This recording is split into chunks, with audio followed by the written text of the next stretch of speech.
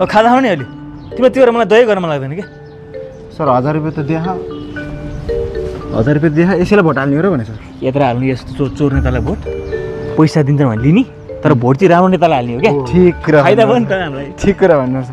तर यसले यत्रो ठुलो घर चाहिँ बनाएको कसरी सर ए तेरिको अबेजी तिमीले एउटा कहानी सुनेको छैन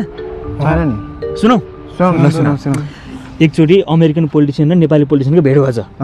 अनि अमेरिकन पोलिटिसियनले चाहिँ घर देखाउनु भन्नु नेपाली पोलिटिसियनले उसको घर लिएर गएछ नेपाली पोलिटिसियन छक्क ओहो यत्रो घर कसरी छक्क पुरै सेक्युरिटी बङ्गलो तपाईँले यत्रो घर कसरी बनाउनु भनेर सोद्धाखेरि चाहिँ अमेरिकन पोलिटिसियनले भनेछ ऊ त्यो परको पुल देख्नु भएको छ त्यो पुलको 10% चाहिँ मैले खाएको भनेछ अनि सेम कुरा यता भयो नेपाली पोलिटिसियनको घर अमेरिकन पोलिटिसियन आयो ऊ आएर घर हेर्छ ऊ झन् चकित उसको भन्दा खतरा गर्छ ए कम्पाउन्ड घेरेको सेक्युरिटी त्यस्तै टाइट उसले सोधेछ मेरो घर त त्यस्तो छ तपाईँको मेरो भन्दा दामी छ तपाईँले यत्रो घर कसरी बनाउनु भयो त अनि नेपाली पोलिटिसियनले भनेछ ऊ त्यो पर एउटा पुल देखिरहनु भएको छ अनि अमेरिकन पोलिटिसियन भनेछ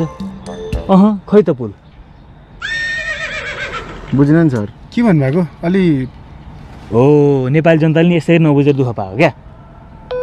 हेलो ए हजुर